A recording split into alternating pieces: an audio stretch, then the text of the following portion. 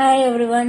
இந்த செஷனில் நம்ம பாரதிய சாட்சி அதிநயம் 2023, அதாவது இந்தியன் எவிடன்ஸ் ஆக்ட் 1872, அதில் லாஸ்ட் ரெலவன்சி ஆஃப் ஃபேக்ட்ஸ் பார்த்துட்ருக்கோம் இல்லையா, அதோட கண்டினியூஷன் தான் இந்த செஷனும்.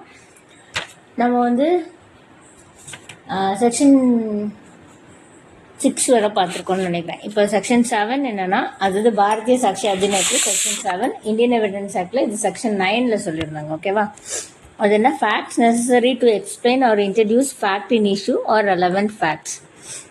இதுக்கு அர்த்தம் என்னன்னா, ஒரு விஷயங்கள், அதாவது ஃபேக்ட்டு, ஒரு கேஸில் ஃபேக்ட் இருக்குது, ரெலவெண்ட் ஃபேக்ட்ஸும் இருக்குது, ஃபேக்ட் இன் இஷ்யூவும் இருக்குது. அப்படி தானே? அதாவது என்ன பிரச்சனைங்கிறதும் இருக்குது, அந்த பிரச்சனையை நிரூபிக்கக்கூடிய, அந்த பிரச்சனையை எஸ்டாப்ளிஷ் பண்ணக்கூடிய எல்லா ரெலவெண்ட் ஃபேக்ட்ஸும் இருக்கும் இல்லையா? ஸோ ரெலவெண்ட் ஃபேக்ட்னா என்னன்னு நமக்கு ஏற்கனவே தெரியும், நான் நிறையவே எக்ஸ்பிளைன் பண்ணிட்டேன். இந்த மாதிரிலாம் இருக்கும்போது அந்த ஃபேக்ட்ஸையோ இல்லை ஃபேக்ட் இன் இஷ்யூவோ இல்லைன்னா ரெலவெண்ட் ஃபேக்ட்ஸையோ இன்ட்ரடியூஸ் பண்ணுற அளவுக்கு, அதாவது கோர்ட்டுக்கு அறிமுகப்படுத்தும் அளவுக்கு, நம்ம இப்போ சாட்சிய அதிநயத்தை தானே பார்த்துருக்கோம். ஃபுல்லாகவே விட்னஸ் எவிடன்ஸ் பற்றி தான். சரியா? அதை மனசில் வச்சு கேளுங்க கவனிக்கும் போது. அதை அறிமுகப்படுத்துறதுக்கு, இல்லைன்னா அதை எஸ்டாப்ளிஷ் பண்ணுறதுக்கு, அதை விரிவுபடுத்துறதுக்கு, கோர்ட்டுக்கு இதுதான் நடந்திருக்கு அப்படின்னு தெரியப்படுத்தணும் இல்லையா? அப்படிலாம் பண்ணுறதுக்கு சில பொருண்மைகள் ரெலவெண்ட்டாக இருக்கும். ஓகேவா? அந்த மாதிரி ஏதாவது ஒரு பொருண்மை இன்னொரு பொருண்மையை எஸ்டாப்ளிஷ் பண்ணும், இல்லை இந்த பிரச்சனையை விளக்கி சொல்லும், இன்ட்ரடியூஸ் பண்ணும் அப்படின்னா அது ரெலவெண்ட் தான் கோர்ட்டுக்கு. அது ரெலவெண்ட் ஃபேக்ட்னா தொடர்புடையது, அதையும் கோர்ட் அட்மிட் பண்ணும். சரியா? அதுதான் இந்த செக்ஷனில் சொல்கிறாங்க. இந்த செக்ஷனில் என்ன சொல்கிறாங்க அப்படின்னா, facts necessary to explain or introduce a fact in issue or relevant fact or which support or rebut an interference suggested by a fact in issue or a relevant fact, or which establish the identity of anything or person whose identity is relevant, or fix the time or place at which any fact in issue or relevant fact happened, or which show the relation of parties by whom any such fact was transacted or relevant in so far as they are necessary for that purpose. ஓகேவா? இது நான் உங்களுக்கு ஏற்கனவே இப்போ தான் நான் explain பண்ணேன் இல்லையா?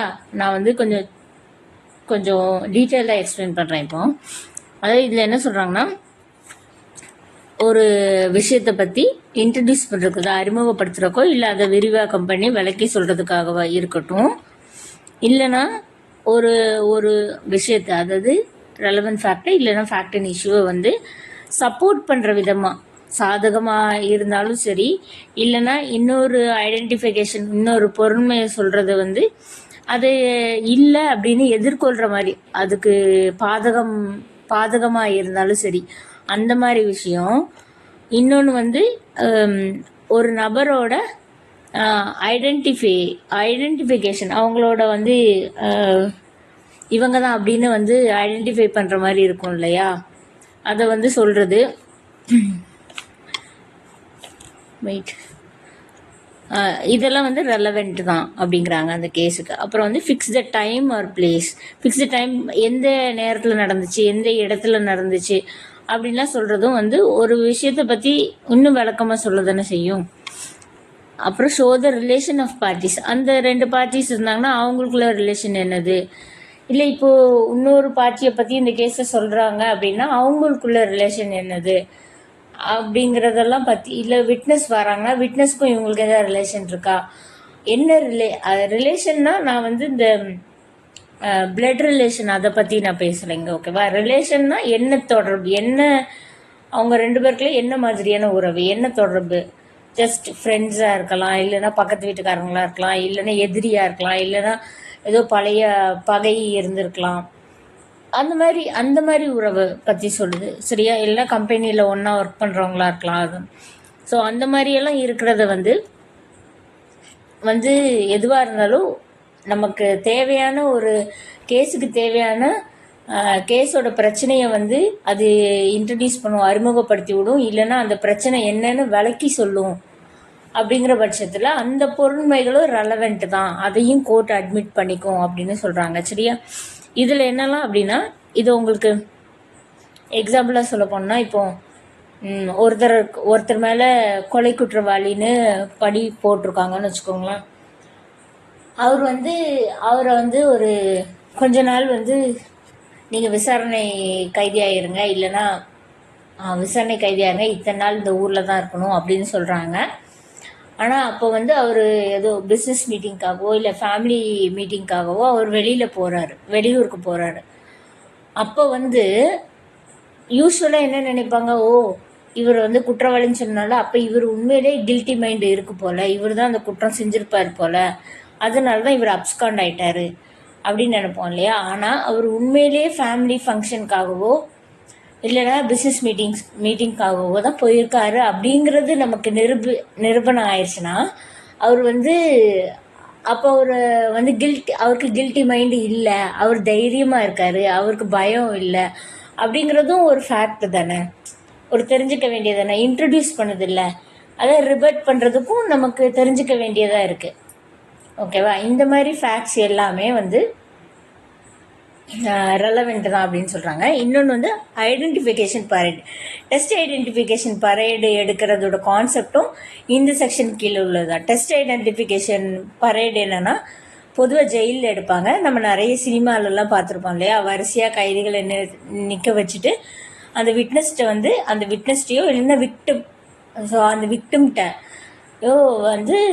கேட்பாங்க, இவங்களான்ட்டு கேட்பாங்க. ஸோ அது அப்போ அவங்க ஐடென்டிஃபிகேஷன் பண்ணுறது இவங்க தான் அப்படின்ட்டு. ஸோ அதில் ஒருத்தர் தான் அந்த குற்றவாளியாக இருப்பார், அப்படி தானே. மற்றவங்களாம் குற்றவாளியாக இருக்க மாட்டாங்க. கரெக்டாக இவங்க சொல்கிறாங்களா அப்படிங்கிறத ஐடென்டிஃபிகேஷன் பண்ணுறதுக்கு இது பொதுவாக ஜெயிலில் தான் நடக்கும். இது ஜுடிஷியல் மேஜிஸ்ட்ரேட்டுக்கு அவரோட கண்காணிப்பில் நடக்கும். ஆனால் இது ஹாஸ்பிட்டல்லே நடக்கும், இல்லை மற்ற இடத்துல நடக்கலாம். சந்தர்ப்ப சூழ்நிலைக்கு பொறுத்தவரை இப்போ விக்டிமால் ஹாஸ்பிட்டல் விட்டு வெளில வராத நிலமை அப்படின்னா ரொம்ப ரேரான சுச்சுவேஷனில் அங்கெல்லாம் நடக்கும். மற்றபடி பொதுவாக ஜெயிலில் தான் நடக்கும். ஓகேவா. ஸோ ஒரு விஷயத்தை எஸ்டாப்ளிஷ் பண்ணு. இது அவங்க ஐடென்டிஃபிகேஷன் டெஸ்ட் ஐடென்டிஃபிகேஷன் பரையில் இவங்க தான் குற்றவாளின்னு காமிச்சு கொடுத்துட்டாங்க அப்படிங்கிற ஒரே விஷயத்த வச்சுட்டு ஒருத்தங்களை நம்ம தண்டனை கொடுக்க முடியாது கோர்ட்டில். இது ஒரு கொராபரேட்டிவ் எவிடன்ஸ் தான். அதாவது அவங்க திருப்பி கோர்ட்டில் மாற்றி சொல்லலாம்.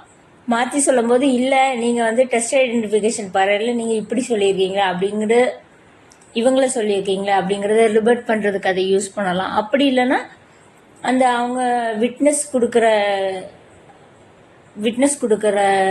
அட்மிஷனை இன்னும் அதிகப்படுத்துறதுக்கு, இன்னும் ஸ்ட்ரெங்தன் பண்ணுறதுக்கு இதை யூஸ் பண்ணலாம். ஓகேவா. இதுவும் இதுக்கு கீழே தான் எடுப்பாங்க, இந்த செக்ஷனுக்கு கீழே தான்.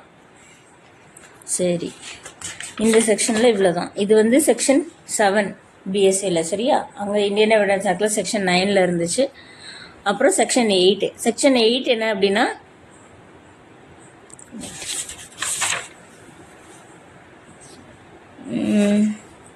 ஓகே சாரி, இது நான் ஒன்று சொல்லுவேன். Fix the time or place at which any fact in issue or relevant அப்படிங்கிறதுலாம் சிசிடிவி ரெக்கார்டு, விட்னஸ் இதெல்லாம் இன்ட்ரடியூஸ் பண்ணுற அந்த இடத்த இன்னும் அந்த இந்த டைமில் தான் நடந்திருக்கு அப்படிங்கிறத இன்னும் எஸ்டாப்ளிஷ் பண்ணுவோம் இல்லையா. ஸோ அந்த மாதிரிலாம் எடுத்துப்பாங்க. ரிலேஷன் ஆஃப் பார்ட்டிஸ்னு DNA test, car registration to identify the owner, அந்த மாதிரிலாம் ஃபார் எக்ஸாம்பிள் இதெல்லாம் கூட எடுத்துப்பாங்க. ஓகேவா. அப்புறம் செக்ஷன் 8. செக்ஷன் 8னா things said are done by conspirator in reference to common design. Section 8 things said are done by conspirator in reference to common design.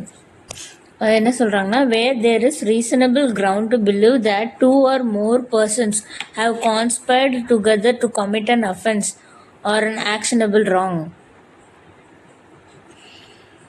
Right. Anything said, done or written by any one of such persons in reference to their common intention after the time when such intention was first entertained by any one of them is a relevant facts as against each of the persons believed to be so conspiring as well for the purpose of proving the existence of the conspiracy as for the purpose of showing that any such person was a party to it. So இது என்ன, இது வேற ஒன்றும் இல்லை. ஒரு குற்றம் நடந்திருக்குன்னா அதை நிறைய பேர் சேர்ந்து பண்ணியிருக்காங்க அப்படிங்கிற பட்சத்தில் அதை வந்து கான்ஸ்பிரசின்னு சொல்லுவோம், அப்படி தானே? இப்போ கிரிமினல் கான்ஸ்பிரசின்னு சொல்லுவோம், சதி செயல். ஸோ அந்த மாதிரி நடந்திருக்கும் போது காமன் டிசைன், எல்லாருக்குமே ஒரு காமன் டிசைன் இருந்திருக்கும். அவங்க வந்து காமனாக அதுக்கு திட்டமிட்டிருப்பாங்க. இல்லைன்னா ஏதோ ஒரு விஷயத்துலேயும் ஒருத்தருக்கு தொடர்பு இருக்கும், எல்லாரும் சேர்ந்து தான் செஞ்சுருப்பாங்க, ஏதோ ஒரு உதவி பண்ணியிருப்பாங்க, காமனாக ஏதோ ஒன்று இருந்திருக்கு அவங்களுக்குள்ள அப்படிங்கிறத வந்து அந்த மாதிரி ஏதாவது ஃபேக்ட்ஸ் இருந்துச்சு அப்படின்னா அது ரெலவெண்ட்டான எவிடன்ஸ் தான் அப்படின்னு இந்த செக்ஷனில் சொல்கிறாங்க. இந்த செக்ஷன் ஒரு ஃபேமஸான உங்களுக்கு ஒரு எக்ஸாம்பிள் சொல்லணும்னா, ராஜீவ்காந்தி அசாசினேஷன் கேஸ் தெரியும் இல்லையா? ஸோ அதில் நிறைய பேர் தலையிட்டிருப்பாங்க. அதில் அந்த மனித வெடிகுண்டு வச்சு இது பண்ணதில் வந்து நிறைய பேர் தலையிட்டிருப்பாங்க. அதில் வந்து நளினி, தானு, இன்னும் 2-3 பொண்ணுங்களோட இதுவும் இருந்திருக்கும். அது நளினிங்கிறவங்க தான் ரொம்ப நாள் உயிரோடு இருந்த பெண்மணி இல்லையா? அவங்க தான் வந்து அந்த இடத்துல வந்து உயிரோடு இருந்தாங்கன்னு சொல்லி அதுக்கப்புறம் வந்து அவங்கள அரெஸ்ட் பண்ணி ஜெயிலெல்லாம் இருந்தாங்க. ஸோ அவங்கள எப்படி ப்ரூவ் பண்ணுறாங்க இது காமன் டிசைனில் இருந்திருக்கீங்க அப்படின்னா வந்து அவங்களும் ஒரு குற்றவாளியாக அதில் இருந்திருக்காங்க அப்படிங்கிற இந்த செக்ஷனுக்கு கீழே தான் வந்து அதுவும் ப்ரூவ் பண்ணப்படுது. சரியா? ஸோ அந்த அசாசினேஷனை பற்றி நம்ம இப்போ விளக்கிட்டு இருந்தால் நமக்கு டைம் இருக்காது இல்லையா? அது அவங்க வந்து ஆக்சுவலி வந்து ஹியூமன் பாம் இருக்க மாட்டாங்க. அவங்களும் அவங்க கூட சேர்ந்து போயிருப்பாங்க. பட் என்ன சொல்லியிருப்பாங்க, அவங்க வந்து கவராக இருந்திருக்காங்க, அவங்க தான் மறைச்சி இன்னொருத்தவங்களை மறைச்சி இது பண்ணியிருக்கிறாங்க. அப்புறம் வந்து அந்த அந்த அந்த பண்ணின அந்த குரூப்பில் இருந்த ஒருத்தரை வந்து இவங்க வந்து லவ் பண்ணியிருப்பாங்க, ரிலேஷன்ஷிப்பில் இருந்திருப்பாங்க. அந்த ஒரு இதை வச்சு அவங்களுக்கெல்லாம் வந்து அந்த சதி செயலில் அவங்களும் வந்து இருக்கிறாங்க அப்படின்னு சொல்லி இது பண்ணியிருப்பாங்க. ஓகேவா? ஸோ வந்து இதுதான் வந்து கான்ஸ்பிரேட்டர் அந்த கான்ஸ்பிரசி வந்து ப்ரூவ் பண்ணுற எவிடன்ஸ் எடுத்துக்கலாம்னு சொல்கிறாங்க. ஸோ அதுக்கு சம்மந்தப்பட்டதெல்லாம் இது வந்து செக்ஷன் 10 கொடுத்துருப்பாங்க இந்தியன் எவிடன்ஸ் ஆக்டில். இந்த செக்ஷன் 8 இருக்குது, எந்த மாற்றமும் இல்லை. ஓகேவா? ஓகே. அப்புறம்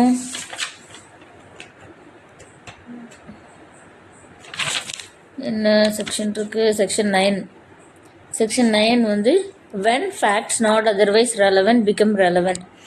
okay. Facts not otherwise relevant are relevant if they are inconsistent with any fact in issue or relevant fact. If by themselves or in connection with other facts they make existence or non-existence of any fact in issue or relevant fact highly probable or improbable. So இது ஏற்கனவே உங்களுக்கு introduction இதுலேயும் சொல்லியிருப்பேன் இல்லையா? Section 11 கொடுத்துருந்தாங்க Indian evidence ஆக்டில், இங்கே section 9 கொடுத்துருக்குறாங்க பிஎஸ்சியில். இது வந்து ஒரு விஷயம் வந்து இங்கே கோர்ட்டில் இருக்கிற பிரச்சனைகளுக்கோ இல்லைன்னா அதுக்கு சம்மந்தப்பட்ட விஷயத்துக்கோ எதுவுமே சம்மந்தம் இல்லாமல் இருக்கும். இதுதான் சம்மந்தமே இல்லாத விஷயமே, அப்புறம் எப்படி அதை ரெலவெண்ட்னு சொல்கிறீங்க அப்படிங்கிற மாதிரி ஒரு கேள்வி வர மாதிரி இருக்கும். ஓகேவா?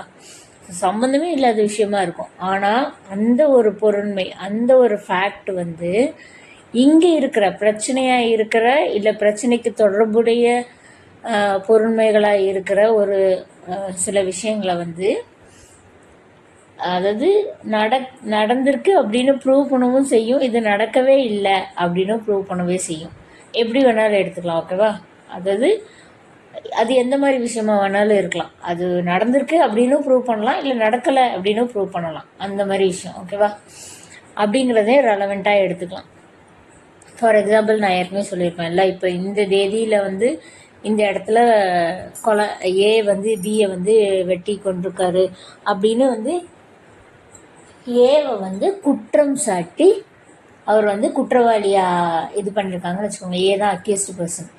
அப்போ வந்து என்னைக்கு ஓகே இந்த தேதின்னு வச்சுக்கோங்களேன், 6 மணிக்கு 2024 29 டிசம்பர் அன்னைக்கு வந்து இது நடந்திருக்கு. ஏ வந்து பிஏ வந்து இந்த மாதிரி கொண்டிருக்காரு அப்படின்னு சொல்கிறாங்க.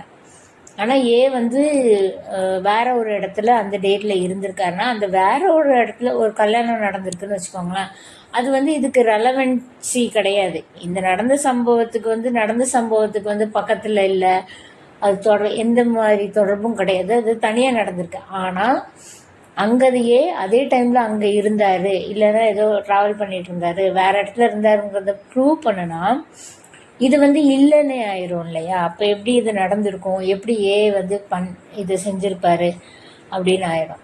ஸோ வந்து அந்த மாதிரி ஒரு விஷயத்த இல்லைன்னு ப்ரூவ் பண்ணுறதுக்கும் அதை யூஸ் பண்ணலாம். இல்லை அவர் தான் அது மாதிரி சம்மந்தமே இல்லாத ஒரு விஷயம், மற்றொரு விஷயம் வந்து இன்னொரு விஷயத்த இருக்கு அப்படின்னு ப்ரூவ் பண்ணுற மாதிரியும் இருக்கலாம். ஓகேவா? நான் உங்களுக்கு அதுக்கு எக்ஸாம்பிள் தரல இன்னும், என்னால் டக்குன்னு யோசிக்க முடியல அந்த எக்ஸாம்பிளுக்கு. பட் உங்களுக்கு புரிஞ்சிருக்கும்னு நினைக்கிறேன். ஒரு விஷயத்த வந்து அது எஸ்டாப்ளிஷும் இருக்குன்னு சொல்லலாம், அது நடக்கவே இல்லைன்னு சொல்லலாம். அந்த மாதிரி விஷயத்த தான் வந்து அதுவும் ரெலவெண்ட்டு தான், அதையும் நம்ம கன்சிடர் பண்ணணும், அட்மிட் பண்ணிக்கலாம் அப்படிங்கிற மாதிரி சொல்கிறாங்க. ஓகேவா? when facts not otherwise relevant become relevant. சம்பந்தமில்லாத பொருண்மைகள் எப்படி சம்பந்தம் ஆகிறது அப்படின்னு சொல்கிறாங்க இந்த செக்ஷன். ஓகேவா? இதை வந்து அலிபி அப்படின்னு சொல்லுவோம், அது ஒரு டேர்ம். ஸோ அலிபிங்கிற டேர்மும் அதே தான். இப்போ நான் சொன்னேன்ல, alibi is the plea of absence of the accused person from the place of occurrence at the time of the commission of the offense. The term alibi is a Latin word which means elsewhere. அவர் அங்கேயே இல்லையே, அந்த இடத்துல இல்லவே இல்லை அப்படிங்கிறத வந்து அவர் பண்ணியிருக்கவே மாட்டார், ப்ரெசன்ஸே இல்லை, அவர் ஆப்சென்ட்டாலாம் இருந்திருக்காரு அந்த இடத்துல தான் ப்ரூவ் பண்ணதில்ல. ஸோ இதுதான் இந்த செக்ஷனில் சொல்கிறாங்க. அப்புறம் section 10, facts tending to enable court to determine amount or relevant in suits for damages. Okay, இது வந்து சிவில் செக்ஷன். இந்த செக்ஷன் என்னன்னா இது வந்து சிவில், சரியா? இது வந்து செக்ஷன் 12 சொல்லியிருந்தாங்க இந்தியன் எவிடன்ஸ் ஆக்டில். இங்கே வந்து செக்ஷன் 10 சொல்லியிருக்காங்க. என்ன அப்படின்னா, in suits in which damages are claimed, any fact which will enable the court to determine the amount of damages which ought to be awarded relevant. ஓகேவா? Is relevant. அதாவது என்னன்னா, இப்போ டேமேஜஸ்க்கு சூட் போடுறோம்னு வச்சுக்கோங்களேன், இவ்வளோ இதாகிடுச்சு, இவ்வளோ சேதமாயிடுச்சு எங்கள் பொருளுக்கு, இல்லைன்னா இவ்வளோ நஷ்டமாயிடுச்சு, இப்போ இந்த நம்ம பேர் கெட்டு போச்சு அப்படிங்கிறத கூட நம்ம டேமேஜ் தானே தருவாங்க. கோர்ட்டில் இருந்து நமக்கு வந்து டேமேஜஸ் தருவாங்க. டேமேஜஸ்னால் அதுக்கான அமௌண்ட் தருவாங்க, அப்படி தானே? ஸோ இதை எப்படி சரி கட்டலாம்? ஒரு ஒரு ஒரு ஒரு தாக்குதலை, இல்லைன்னா ஏதோ அவங்களுக்கு ஏற்பட்ட ஒரு இழப்பை வந்து பணத்தால், பொருளால், அதாவது மதிப்பீடு செய்யக்கூடிய விஷயங்களால் இழப்பீடை திருப்பி கொடுக்கறது தான் வந்து டேமேஜஸ்ன்னு சொல்லுவோம் இல்லையா? ஸோ அந்த மாதிரி டேமேஜஸ் வந்து ஒரு இழப்பு ஒரு விஷயத்துக்கு வந்து அதை கிளைம் பண்ணி வந்து கோர்ட்டில் கேஸ் போட்டிருக்காங்க போது கோர்ட்டுக்கு வந்து எவ்வளோ டேமேஜ் கொடுக்கலாம், எவ்வளோ டேமேஜஸ் இதுக்கு கொடுக்கலாம் அப்படிங்கிறது தெரிஞ்சுக்கிறதுக்காக எந்தெந்த பொருண்மைகள்லாம் அதுக்கு உதவி செய்யுதோ, அதை தெரிஞ்சுக்கிறதுக்காக உதவியாக இருக்குதோ அதெல்லாம் வந்து ரெலவெண்ட் தான், அதெல்லாம் வந்து அட்மிட் பண்ணலாம் எவிடன்ஸ் அப்படின்னு சொல்கிறாங்க. ஓகேவா? இதுக்கு எக்ஸாம்பிள் வந்து, இப்போ கார் உடஞ்சிடுச்சு, இல்லை காருக்கு சேதமாயிடுச்சு அப்படின்னு நம்ம வந்து டேமேஜஸ் கிளைம் பண்ணுறோன்னு வச்சுக்கோங்களேன். இப்போ ஆக்சிடெண்ட் ஆயிடுச்சு, இல்லைன்னா வந்து இது ஆக்சிடெண்ட் கிளைம் பண்ணுறோம் காருக்கு அப்படின்னு இது பண்ணுறோம் அப்படின்னா, அந்த காருக்கு செலவான பில்லெல்லாம் இருக்கும்ல, அப்போ அந்த பில்ஸ் எல்லாம் வந்து ரெலவெண்ட் தானே. ஏன்னா எவ்வளோ அவார்டு கொடுக்கலாம், எவ்வளோ டேமேஜஸ் அவார்ட் பண்ணலாம் அப்படிங்கிறது வந்து அந்த பில்ஸு சொல்லும் இல்லையா? ஸோ வந்து அது ரெலவெண்ட்னு சொல்கிறாங்க. அப்புறம் section 11, facts relevant when right or custom is in question. இது வந்து இந்தியன் எவிடன்ஸ் ஆக்டில் செக்ஷன் 13 கொடுத்துருந்தாங்க. இங்கே எந்த மாற்றமும் இல்லை. இங்கே செக்ஷன் 11 கொடுத்துருக்காங்க. என்ன சொல்கிறாங்கன்னா, வேர் த கொஷின் இஸ் டு ஒரு நிமிஷம். Okay, where the question is as to the existence of any right or custom, the following facts are relevant. Any transaction by which the right or custom in question was created, claimed, modified, recognized, asserted, or denied, or which was inconsistent with its existence. And other particular instances in which the right or custom was claimed, recognized, or exercised, or in which its exercise was disputed, asserted, or departed from. Okay, இது என்னன்னா ஒருத்தங்களோட custom இல்லைன்னா practice, அவங்க ரொம்ப நாள் செஞ்சுட்டு வர ஒரு விஷயம், அதெல்லாம் வந்து அதுதான் கேள்வியாக இருக்குன்னு வச்சுக்கோங்க. இப்போ வந்து இஷ்யூவே அதுதான் கோர்ட்டில். இவங்களுக்கு வந்து அந்த உரிமை இருக்கா, இது அவங்களோட பழக்கமா, இது அவங்களோட கஷ்டமா, இது அவங்களோட கலாச்சாரமா. கஷ்டம்னா தமிழில் கஷ்டம் சொல்லலை, ஓகேவா, இங்கிலீஷில் CUSTOM.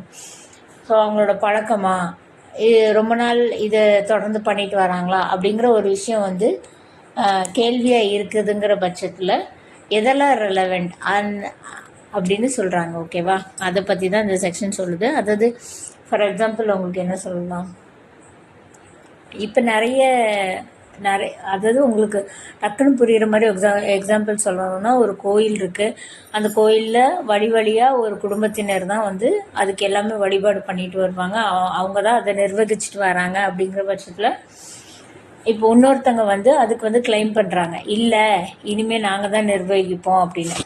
அப்போது வந்து இவங்க என்ன சொல்கிறாங்க, இல்லை வழியாக எங்கள் குடும்பம் தான் வந்து நிர்வாகம் பண்ணிட்டு வராங்க, எங்களுக்கு வந்து இது கலாச்சாரம், எங்களோட பண்பாடு, நாங்கள் தான் வழியாக பண்ணிட்டு வரோம். அப்படிங்கிற பட்சத்தில் அதுக்கு எதெல்லாம் வந்து அதை எஸ்டாப்ளிஷ் பண்ணுறதுக்கு, அந்த மாதிரி வரும்போது எஸ்டாப்ளிஷ் பண்ணுறதுக்கு சில விஷயங்கள் இருக்கும் இல்லையா, அதெல்லாம் வந்து இந்த செக்ஷன் கீழே ரெலவெண்ட் தான் சொல்கிறாங்க. அந்த டிரான்சாக்ஷன் உங்களுக்கு இப்போ கோயில்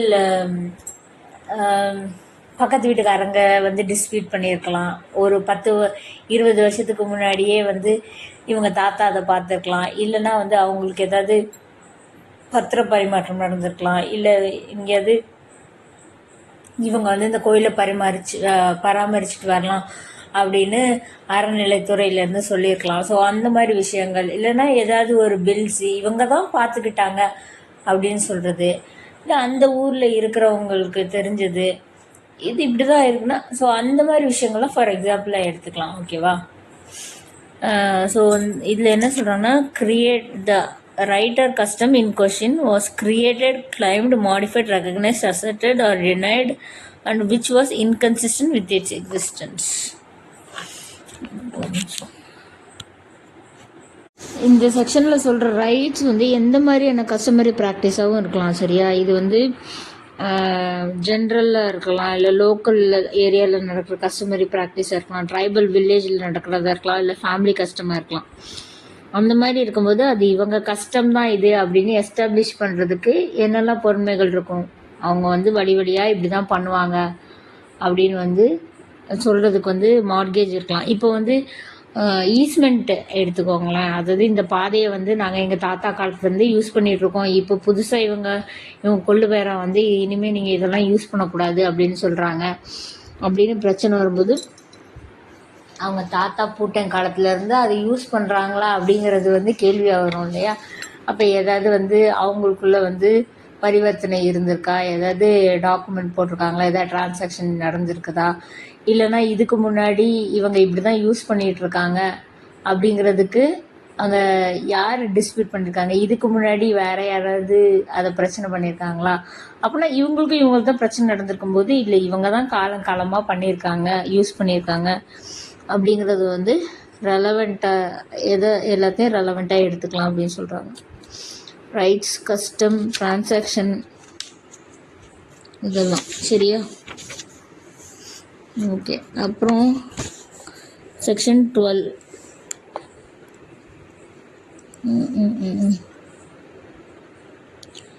செக்ஷன் 12 என்ன சொல்கிறாங்கன்னா, facts showing existence of state of mind or of body or bodily feeling. இது வந்து செக்ஷன் இதில் சொல்லியிருந்தாங்க, இந்தியன் எவிடன்ஸ் ஆக்டில் செக்ஷன் செக்ஷன் 14 சொல்லியிருந்தாங்க. இங்கே வந்து செக்ஷன் 12 சொல்லியிருக்காங்க. என்ன அப்படின்னா, facts showing the existence of any state of mind such as intention, knowledge, good faith, negligence, rashness, ill will or goodwill towards any particular person, or showing the existence of any state of mind or bodily feeling are relevant. When the existence of any such state of mind or bodily feeling is an issue or relevant, or relevant. ஓகேவா? இதில் என்ன சொல்கிறாங்கன்னா, இந்த செக்ஷனில் அதாவது ஒரு குற்றம் சாட்ட நபர், நான் ஒரு குற்றவாளி, அவருடைய மனநிலையை அறியும் வகையில் இருக்கிற எல்லா விஷயங்களுமே ரெலவெண்ட்டு தான் அப்படின்னு சொல்கிறாங்க. ஓகேவா? ரெலவெண்ட் ஃபேக்ட் தான் அப்படின்னு சொல்கிறாங்க. அதாவது அவரோட இன்டென்ஷன், அவரோட நோக்கத்தை தெரிஞ்சுக்கிறது, அவரோட நாலேஜ், அவரோட அறிவு, அதாவது அந்த விஷயத்தில் அவருக்கு எவ்வளோ நாலேஜ் இருக்குது அப்படிங்கிறத பற்றி தெரிஞ்சுக்கிறது. குட் ஃபெய்த், அவருக்கு நல்ல எண்ணத்தில் பண்ணாரா இல்லை தீய எண்ணத்தில் பண்ணாரா அப்படிங்கிறத தெரிஞ்சுக்கிறது. இல்லை நெக்லிஜென்ஸ், அதாவது வந்து ஒரு கவனக்குறைவில் இருந்தாரா, அவர் எப்படி இருந்தார் அப்படிங்கிற ஸ்டேட் ஆஃப் மைண்டை தெரிஞ்சுக்கிறதுக்கு. ரேஷ்னஸ்னால் ரொம்ப அதிவேகமாக, ஒரு பொறுமை இல்லாமல் சில பேர் நடந்துக்குவாங்க, அப்படி சில பேர் பண்ணுவாங்க. அந்த மாதிரி அவசரத்தில் தவறு செஞ்சாரா இல்லை அவசரத்தில் ஏதாவது நடந்துச்சா அப்படின்னு. Ill will or good will towards any particular person, இல்லைன்னா ஒருத்தரை சார்ந்து ஒருத்தர் மேலே அவருக்கு வந்து ஏதாவது ஒரு தீய எண்ணம் இருக்கா, இல்லைன்னா நல்ல எண்ணம் இருக்கா அவங்க மேலே அப்படின்னு தெரிஞ்சுக்கிறது. இதை எஸ்டாப்ளிஷ் பண்ணுற இது எல்லாமே வந்து கோர்ட் அட்மிட் பண்ணலாம், ரெலவெண்ட் ஃபேக்ட் தான் அப்படின்னு சொல்கிறாங்க. சரியா? State of mind, state of body or bodily feeling or relevant when the existence of state of mind, body or bodily feeling is an issue or relevant. Okay, அவர் எப்படி இருந்தார் அப்படின்னு பார்க்குறப்போ இதெல்லாம் வந்து தெரிஞ்சுக்கணும். ஓகேவா? ஆனால் பொதுவாக வந்து இன்னொருத்தர் மனசில் என்ன ஓடுது, என்ன மாதிரி அவர் இருந்திருப்பார், அவரோட மனநிலை இப்போ எப்படி இருந்திருக்கும் அப்படிங்கிறத தெரிஞ்சுக்கிறது வந்து கொஞ்சம் கஷ்டமான விஷயந்தான். பட் கோர்ட் வந்து அது தெரிஞ்சுக்கணும். ஓகேவா? அவங்க ஸ்டேட் ஆஃப் மைண்டை அதுதான் வந்து சொல்லியிருக்காங்க. மென்ஸ்ரியா ஆர் இன்டென்ஷன். மென்ஸ்ரியா அப்படிங்கிறது ஒரு குற்றத்தில் வந்து ரொம்ப முக்கியமான விஷயம் இல்லையா? மென்ஸ்ரியா அப்படின்னா என்னதுன்னா, குற்றம் செய்வதற்கான எண்ணம், அதாவது தவறான எண்ணம். சரியா? குற்ற எண்ணம் மென்ஸ்ரியா கண்டிப்பாக இருந்தால் தான் வந்து ஒரு குற்றம் செய்வாங்க. அப்புறம் வந்து இன்டென்ஷனில் என்னென்னா, எக்ஸாம்பிள் உங்களுக்கு என்ன சொல்லியிருக்காங்க அப்படின்னா,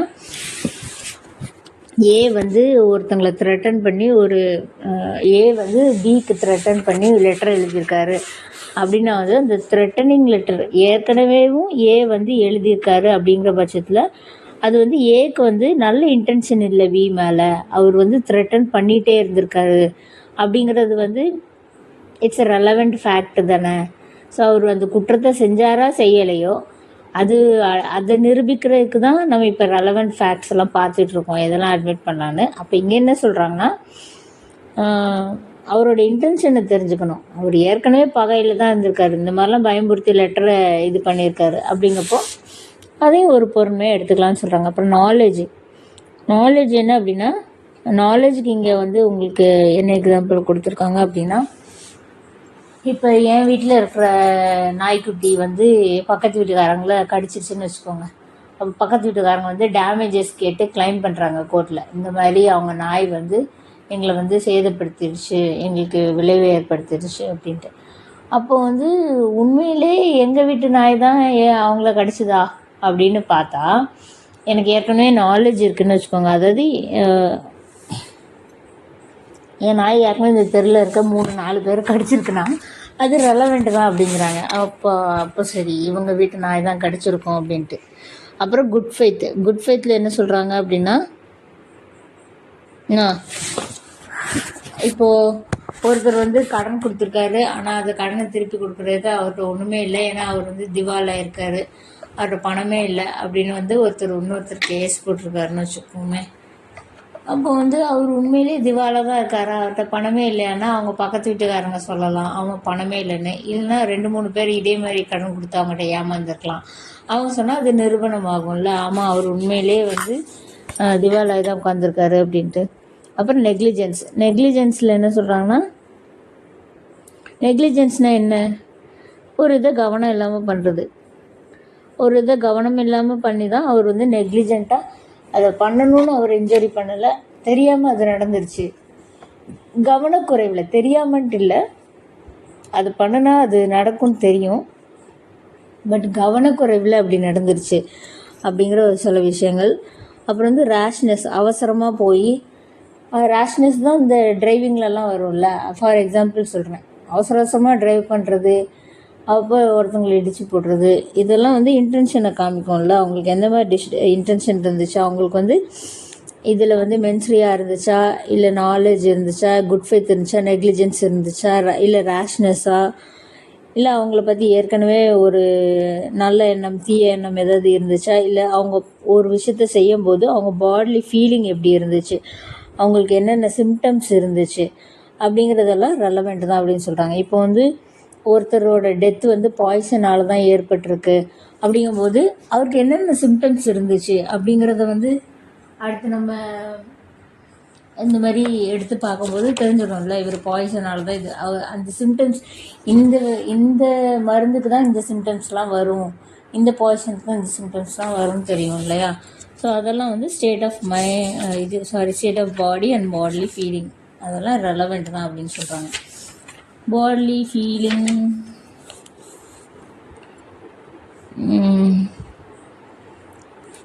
ஓகே. அப்புறம் என்னது, செக்ஷன் 13 வந்து facts bearing on question whether act was accidental or intentional.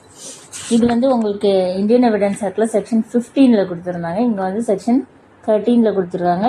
எந்த டிஃப்ரென்ஸும் பெரிய டிஃப்ரென்ஸ் இல்லை.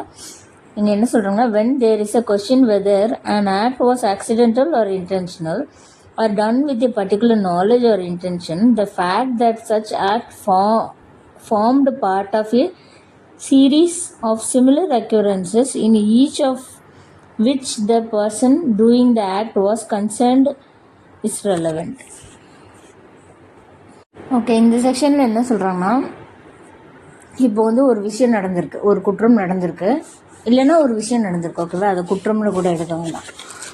அது வந்து ஆக்சிடென்டலாக, அதாவது தற்செயலாக நடந்ததா, எதர்ச்சையாக நடந்ததா, இல்லைன்னா இன்டென்ஷனலாக நோக்கத்துடன், தீய நோக்கத்துடன் நடந்ததா அப்படிங்கிறதெல்லாம் வந்து தெரிஞ்சுக்க வேண்டிய அவசியம் கட்டாயம் வரும்போது, அதுதான் அங்கே கொஸ்டினாக இருக்கும்போது என்னெல்லாம் பார்க்கணும் அப்படின்னா வந்து, அதே மாதிரி நிறைய அக்யூரன்சஸ், நிறைய சம்பவம் நடந்திருக்கு, ஒரே மாதிரி அந்த குற்றம் சாட்டப்பட்ட நபரோ இல்லைனா வந்து அந்த கிளைம் பண்ணுற ஒரு டேமேஜ் கிளைம் பண்ணுற நபரோ வந்து அந்த மாதிரி நிறைய விஷயம் அதே மாதிரி பண்ணியிருக்காரு அப்படிங்கிறப்போ அதிலிருந்து அது ஆக்சிடெண்ட்டா இல்லை இன்டென்ஷனலா இல்லைனா வந்து வேறு எதுவுமா அப்படிங்கிறது தெரிய வரும் இல்லையா.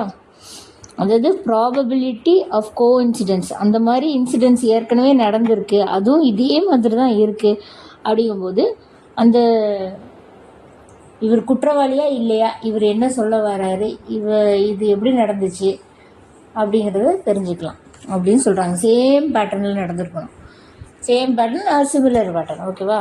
ஃபார் எக்ஸாம்பிள், இது இன்னொரு சார் எனக்கு சொன்னாங்க, நான் வந்து இதே மாதிரி கொஞ்ச நாளைக்கு முன்னாடி, ஒரு 2 வருஷத்துக்கு முன்னாடி ஒரு இந்த கிளாஸ் செக்ஷன்ஸ்க்கு கிளாஸ் கவனிக்கும் போது அவங்க சொன்னாங்க, அந்த எக்ஸாம்பிள் ஞாபகம் இருக்குது, அதே மாதிரி அந்த எக்ஸாம்பிளே உங்களுக்கும் கொடுக்குறேன் சரியா.